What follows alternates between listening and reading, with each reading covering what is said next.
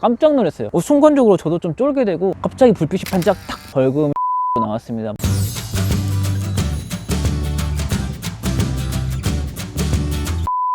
안녕하세요, 유리아빠입니다. 날씨도 좋고 선선해가지고 맥주 한잔 하면서 이야기를 좀 한번 해볼까 해서 나왔습니다. 오늘은 한번 독일 아우토반 그리고 운전 문화 이런 거에 대해서 한번 오늘 이야기해 보도록 할게요. 이거 맥주는 얼마 전에 밤베르크라고 바이에른주에 있는 도시인데 놀러 갔다가 사왔거든요.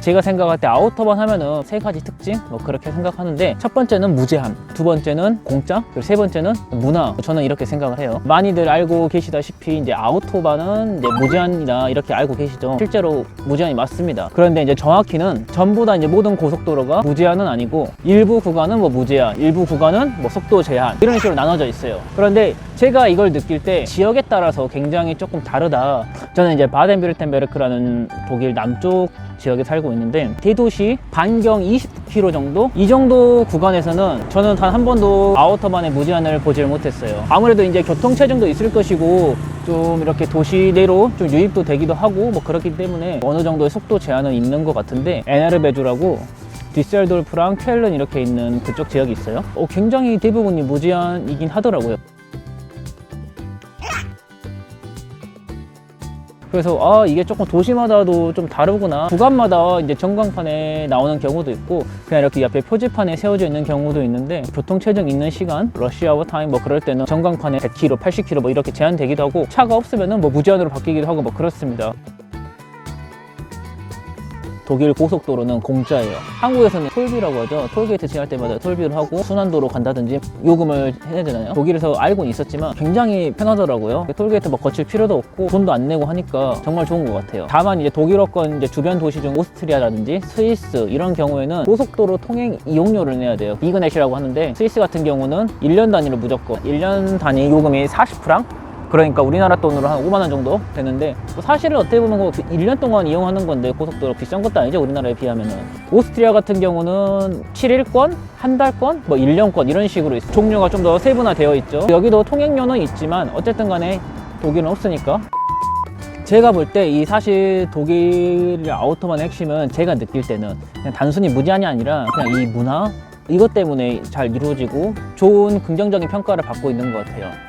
사실 우리나라에도 이런 문화가 규칙이란 게 있어요. 추월할 때는 1차선으로 추월해야 되죠. 우리가 실제 운행을 하다 보면은 한국에서 그게 지켜지던가요?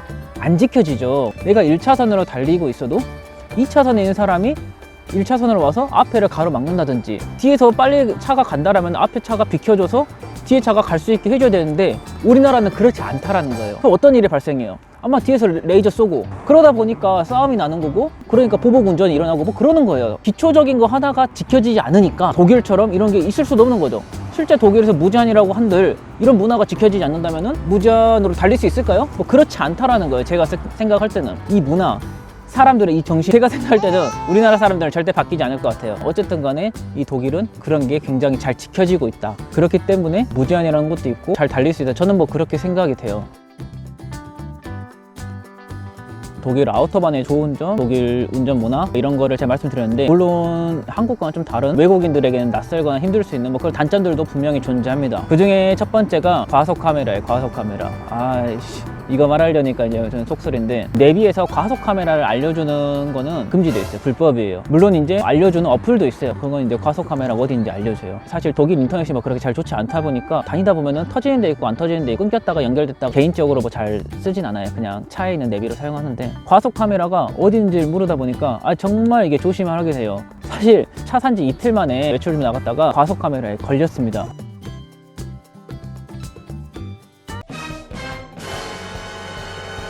저도 그거를 바로 느꼈어요. 50km 구간이었는데 저도 모르게 조금 더 이제 밟고 있었죠. 갑자기 불빛이 반짝 탁 하는 거예요. 뭐야 이거, 이랬었는데 들은 말로는 과속 단속에 걸리면은 반짝거리는데 이거를 운전자는 절대 모를 수가 없다, 그렇게만 알고 있었는데 이건가? 반짝거리는 걸 모를 수가 없겠더라고요. 나중에 이거 보니까 58km, 약 8km 정도 허가해가지고 벌금 15유로 나왔습니다. 다행히 이제 많이 밟진 않아서.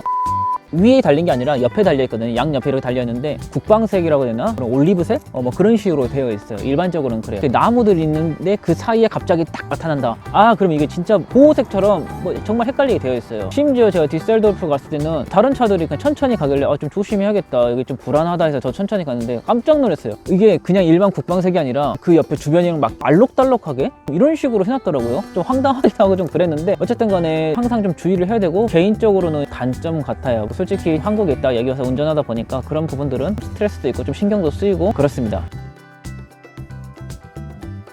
제가 생각하는 두 번째 단점 중에 하나가 아우토반을 달리다 보면은 1차선이 있고 2차선이 있어요. 제가 이제 2차선을 달리고 있어요. 앞에 차가 이렇게 2차선으로 차선을 옮기는데 이거를 굉장히 급하게 들어요. 급하게. 아이씨. 그래서 얼마 전에 사실 사고 날 뻔도 한 적이 있었거든요. 심지어 깜빡이도 안 켜는 경우도 많이 있어요. 들어올 거라고 예상하니까 막 그냥 그런가 보다 하는데, 문제는 갑자기 너무 급하게 들어오니까 앞에 왼쪽 핸다 쪽 거기에 좀 부딪히려고 하는 경우가 좀 있고요. 이쪽에서 달리고 있으면 오른쪽에서 들어오는 차들 이렇게 해서 이렇게 들어오는데, 이 차들이 굉장히 빨리 들어요. 굉장히 속도를 우리나라 같으면 보통 줄이고 들어오는데 이 차들 속도를 안 줄이고 들어요. 안 줄이고. 한두 차가 아니라 아우토반으로 들어오는 차들의 속도는 대부분이 그냥 그대로 유지해서 들어오더라. 그러다 보니까 순간적으로 저도 좀 쫄게 되고, 화물차들이 이렇게 오게 되면은 저도 굉장히 조금 주의를 기울이게 되고, 여기 있다가 그냥 1차선으로 저도 그냥 차선을 옮겨버려요.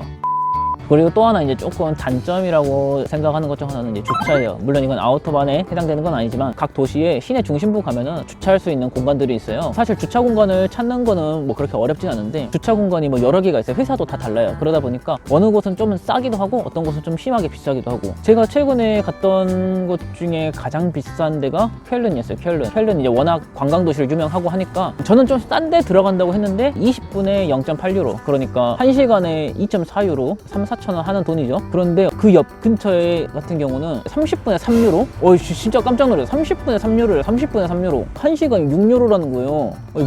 그래서 이제 뭐 그런 것도 찾는 것도 사실 개인적으로 좀 스트레스고, 그것보다 각 주차장들 가보면은 생각보다 주차장들이 굉장히 좀 좁아요. 굉장히 좀 좁아서 좀 주의를 기울여야 되는 경우가 많습니다.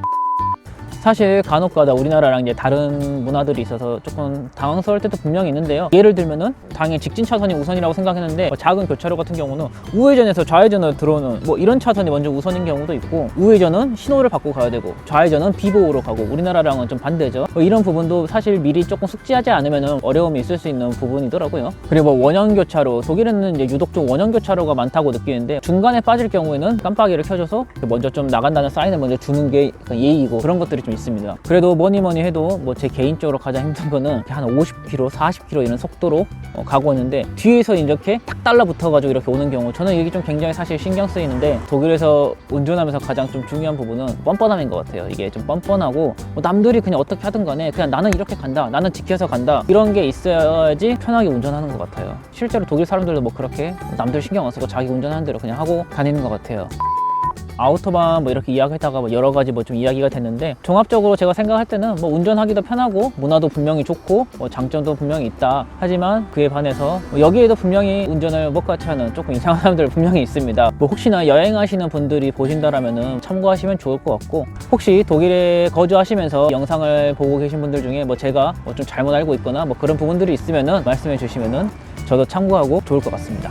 그래서 저는 이제 좀 더 쉬었다가 남은 약 좀 마시고 천천히 좀 들어가 보도록 하겠습니다. 영상 봐주셔서 감사하고요. 좋아요와 구독도 부탁드리겠습니다. 감사합니다. 추스.